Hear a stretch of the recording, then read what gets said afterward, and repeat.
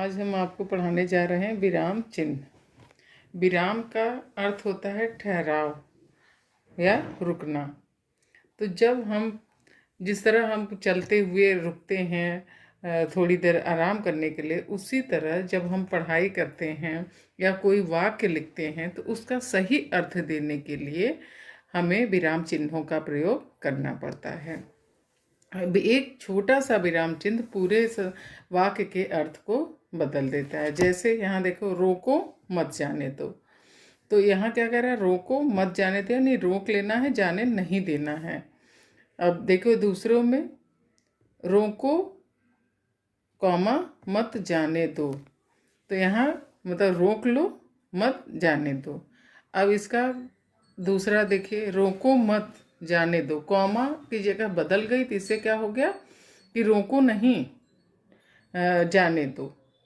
तो एक कॉमा से देखिए दो में कैसे अर्थ बदल गया। अब हिंदी में प्रचलित प्रमुख पूर्ण विराम चिन्ह निम्नलिखित हैं। पहला, पूर्ण विराम। पूर्ण विराम क्या होता है? जब हम कोई बात कहते हैं या लिखते हैं तो जहाँ उस बात को ख़त्म करना होता है वहाँ हम पूर्ण विराम का चिन्ह लगाते हैं। जैसे रोको मत जाने दो, अब ये वाक्य पूरा हो गया तो यहाँ कौन सा चिन्ह लगा? पूर्ण विराम। तो जब हम कोई भी वाक्य बात लिखना ख़त्म करते हैं तो वहाँ पूर्ण विराम का चिन्ह लगता है। फिर आता है अर्ध विराम। पूर्ण विराम से कम देर ठहरने के लिए अर्ध विराम का प्रयोग होता है। निम्नलिखित स्थितियों में प्रयुक्त होता है यह। जैसे पुरुषों के नाम से पहले श्री का प्रयोग होता है, जैसे श्री राम लाल। समान अधिकरण वाले वाक्यों में, जैसे गांधी जी ने भारत को स्वतंत्रता का शंखनाद फूंका। अब यहाँ अर्धविराम लगाए, फिर सत्य अहिंसा पर बल दिया, फिर अर्धविराम आंदोलनों का नेतृत्व किया। तो इसमें क्या है, तीनों अलग अलग हैं और लेकिन एक ही चीज़ से जुड़े हुए हैं, इसलिए यहाँ अर्धविराम का चिन्ह लगेगा। अल्प विराम। अल्प विराम का चिन्ह क्या होता है कि हम जब बहुत थोड़ा सा सांस लेने के लिए रुकते हैं तो वहाँ अल्प विराम का चिन्ह, अल्प यानी थोड़ा, लगता है।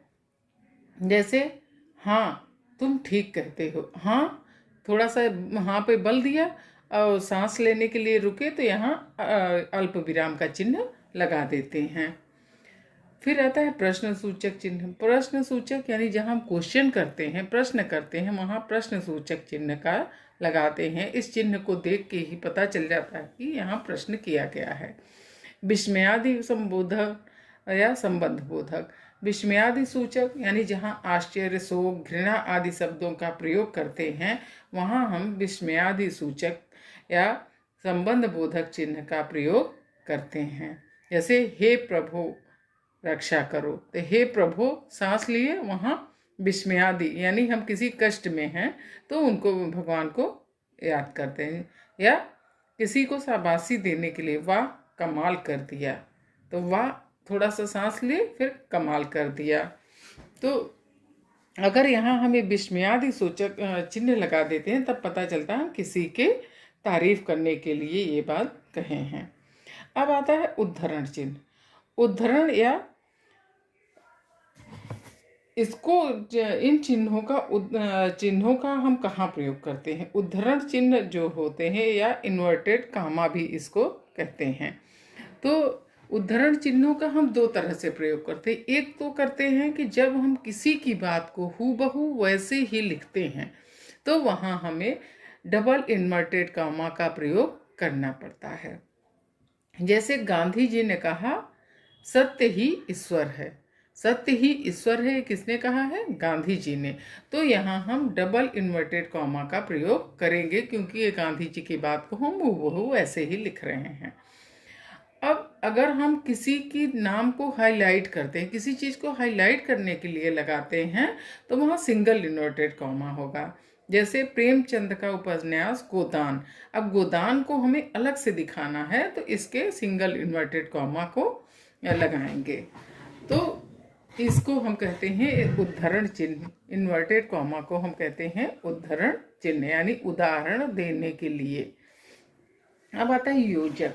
योजक चिन्हों का प्रयोग हम वहाँ करते हैं जहाँ दो समान शब्दों का प्रयोग होता है, जैसे सुख दुख, धीरे धीरे, देश विदेश, या जिनका दोनों का अर्थ, दोनों का वजन बराबर हो, वहाँ हम योजक चिन्हों का प्रयोग करते हैं। जैसे भाई बहन, माता पिता आदि में हम योजक चिन्हों का प्रयोग करते हैं। अब आता है निर्देशक चिन्ह या डैश। निर्देशक चिन्ह यानी कोई बात हम लिखें और उसके आगे उसके बारे में विस्तृत जानकारी दें, तो वहाँ हम निर्देशक चिन्ह लगाते हैं। तो ये कैसे हैं, जैसे हम लिखें निर्देशक चिन्ह डैश। अब आगे हम इसके बारे में लिखें। इस चिन्ह का प्रयोग निम्नलिखित स्थितियों में किया जाता है। उदाहरण के लिए, जैसे रमेश की किसी से नहीं बनती। अब डैश, न मित्रों से न सहकर्मियों से। तो ये यहाँ हम क्या लगाए हैं, डैश का चिन्ह। तो ये आगे हम निर्देशक के बारे में आगे चीज़ बता रहे हैं, इसलिए यहाँ डैश का प्रयोग होता है। फिर आता है कोष्ठक। कोष्ठक आप लोग मैथ्स में भी पढ़ते हो, लेकिन हिंदी में किस तरह प्रयोग किया जाता है। कोष्ठक का चिन्ह, जैसे कि हम कोई शब्द बोल रहे हैं, लिख रहे हैं और उसका हमें अर्थ बताना है, तो हम किसी वाक्य के बीच में तो उसका अर्थ लिख देंगे तो वाक्य अटपटा हो जाएगा, इसलिए उसको हम कोष्ठक में लिखते हैं। जैसे देखिए, ऐसे व्यक्ति से दूर रहना चाहिए। अब आप कहोगे कैसे व्यक्ति, तो हम इसमें ब्रैकेट में लिख दिए दुर्जन, यानी हमें दुर्जन व्यक्ति से दूर रहना चाहिए। तो ये इसके लिए हम कोष्ठक चिन्हों का प्रयोग करते हैं। अब आता है हंस पद। हंस पद यानी इस चिन्ह को हंस पद क्यों कहा, क्योंकि इसका निशान जो है हंस के समान, हंस के पैरों के समान होता है, इसलिए इसे हंस पद कहते हैं। इसका प्रयोग वहाँ गए जैसे हम कोई वाक्य लिखते समय कोई शब्द भूल जाते हैं और उसे जब हमें बाद में याद आता है कि इसके बिना तो वाक्य ठीक नहीं लग रहा है, तो उस शब्द का हम प्रयोग लिखने के लिए हम हंस पद का चिन्ह लगाते हैं और उसके ऊपर लिख देते हैं। जैसे सलीम ने कल रखा है। अब हम ये तो भूल के क्या रखा है, तो रोजा, तो इसके लिए रोजा को हम लिख रहे हैं, हंस पद लगाए और उन दोनों शब्दों के बीच में उसको लिख दिया। अब आता है रेखांकन। रेखांकन यानी जब हम कोई शब्द हाईलाइट करने के लिए विशेष बल देने के लिए करते हैं, तो उसे अंडरलाइन कर देते हैं, इसी को रेखांकन कहते हैं।